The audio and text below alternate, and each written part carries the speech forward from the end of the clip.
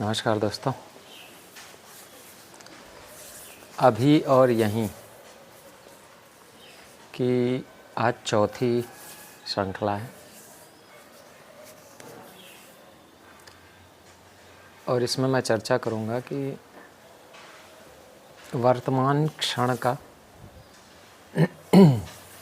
हमारी आध्यात्मिक यात्रा में कितना महत्वपूर्ण योगदान है। अतीत और भविष्य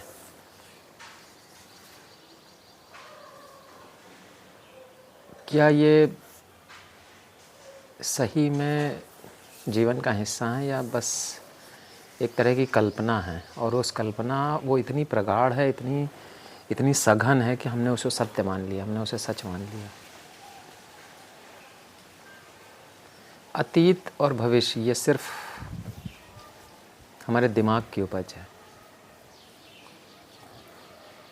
जबकि जीवन जो है वो वर्तमान में ही चलता है। जीवन वर्तमान की ही एक सतत श्रृंखला है, उसमें अतीत और भविष्य होता नहीं है। लेकिन एक व्यक्ति चूँकि वो सोचता है, समझता है, एनालिसिस करता है, प्रोसेस करता है इन्फॉर्मेशन को, तो उसका अनुभव या कह सकते हैं कि उसका अहंकार, उसका मन, यही जो है उसकी जो मेमोरी है, यही अतीत का निर्माण करती है।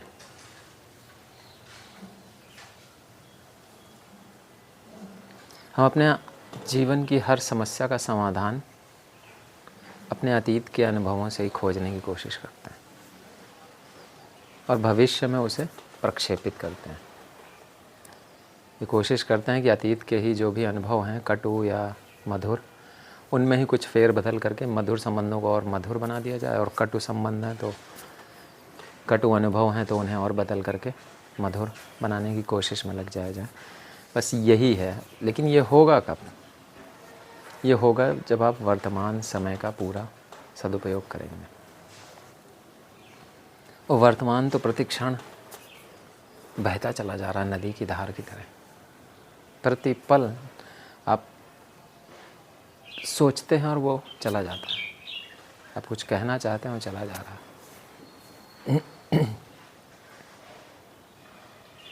कैसे इस वर्तमान का हम प्रयोग करें कि हम अतीत और भविष्य से मुक्ति पा सकें। एक उदाहरण से समझाने की कोशिश करूंगा कि, और जे कृष्णमूर्ति इस पर बड़ा ही अच्छे से हमें समझाते हैं। उनका एक बड़ा ही प्रचलित सा एक उनका कथन है जो वो लगभग हर एक अपने टॉक्स में यूज़ करते हैं। उनका कहना है कि जैसे गुस्सा, ईर्ष्या, कंपैरिजन, ये हमारे जीवन के हिस्से हैं। हम हर समय जो है वो गुस्सा कर रहे हैं या कंपेयर कर रहे हैं, किसी से तुलना कर रहे हैं, ईर्ष्या में डूबे हुए हैं। और हमने अपने आप से एक वादा कर लिया है कि हम इस पे काबू पाएंगे, हम इस पे नियंत्रण करेंगे भविष्य में। सॉरी। लेकिन क्या ये संभव है? जब आप गुस्सा कर रहे हैं, गुस्सा हो रहे हैं, किसी एक विशेष भावना से ओतप्रोत हैं,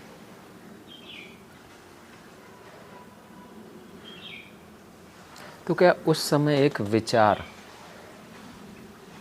क्योंकि जब गुस्सा होता है तो गुस्सा को कंट्रोल करने का विचार उस समय नहीं आता। जब गुस्सा से आप दौर से गुजर जाते हैं, उसके बाद ये विचार आता कि नहीं, मैंने जो किया वो ठीक नहीं था और अब आगे मैं इस पर कंट्रोल करूँगा। तो ये जो घटना घटी, गुस्सा वर्तमान में आया, लेकिन कंट्रोल करने की बात आ रही है भविष्य में कि मैं कभी करूँगा, और इसमें आदमी कभी भी सफल नहीं हो पाता। क्यों? क्योंकि गुस्से पे अगर काबू पाना है तो वर्तमान क्षण में ठहरना होगा। जब गुस्सा आ रहा है उसी समय आपको अलर्ट होना है, अवेयर होना है। आपको ये देखना है कि गुस्सा मैं हो रहा हूँ, तो ये गुस्से का जो क्षण है ये कैसे पैदा हुआ, गुस्सा आया कहाँ से? क्या मेरे अंदर गुस्सा कहीं छिपा बैठा था? और अगर छिपा बैठा था तो मुझे क्यों नहीं पता था उसका? या कि मेरे अंदर गुस्सा था नहीं, लेकिन किसी सामने वाले अमुक व्यक्ति ने जो मेरे सामने आया और उसने मुझे कुछ बुरा या भला कहा और उसकी वजह से मैं गुस्से में आ गया। उसने एक ट्रिगर दिया और उस ट्रिगर के कारण मैं गुस्सा कर सका। तो इसका मतलब है कि स्विच सामने वाले के पास है। आपका गुस्सा आपके भीतर है और आपको पता नहीं है, लेकिन सामने वाला जैसे ही आता है और कुछ भी बोलता है तो इस तरह से तो आप कभी भी शांति को महसूस ही नहीं कर पाएंगे, क्योंकि सामने वाला तो हमेशा वो चाहेगा ही कि आपको कुछ ना कुछ कह करके आपका शांति भंग कर दे।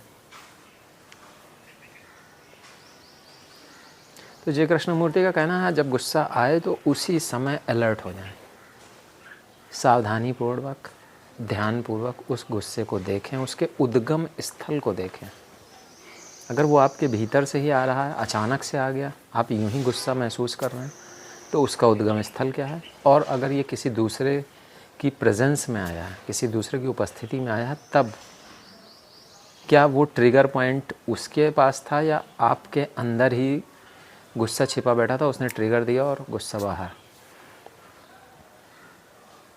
थोड़ी सी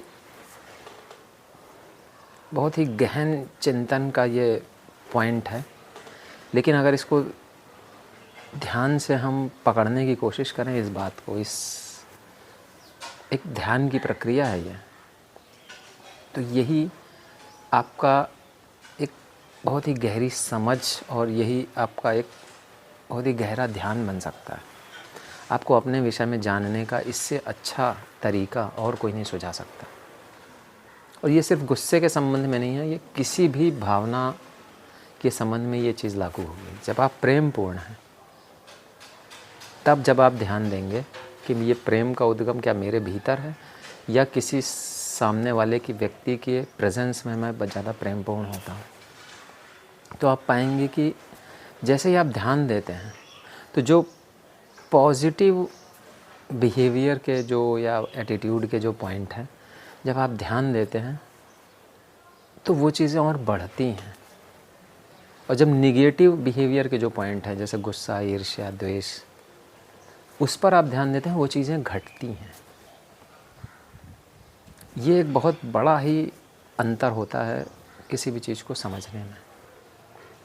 निगेटिव चीज़ों पर ध्यान देने से वो घट जाती हैं और धीरे धीरे समाप्त हो जाती हैं, आप उनसे मुक्त हो जाते हैं। और पॉजिटिव चीज़ों पर ध्यान देने से परोपकार की भावना है, करुणा है, एम्पैथी है या लव है, प्रेम पूर्ण व्यवहार है, तो इन पर जब आप ध्यान देते हैं, ये जैसे ही आपके अंदर आती हैं ये भावनाएं और आप ध्यान देते हैं तो इनमें प्रगाढ़ता आती है, इनमें और गहनता आती है, ये चीज़ें और एम्प्लीफाई हो जाती हैं आपके भीतर। ध्यान दीजिए अभी और यहीं, जब हम वर्तमान में इन चीज़ों पर अध्ययन करेंगे, ना कि भविष्य में हम कभी इन चीज़ों पे काबू पाना चाहें, जो भी निगेटिव चीज़ें हैं, या अच्छी चीज़ों को बढ़ाना चाहें, तो भविष्य से जैसे ही आप बीच में लाएंगे आप वर्तमान से चूक जाएंगे। और वर्तमान का चूकना मतलब अहंकार की एंट्री, मन की एंट्री। बताइएगा वीडियो आपको कैसा लगा। धन्यवाद।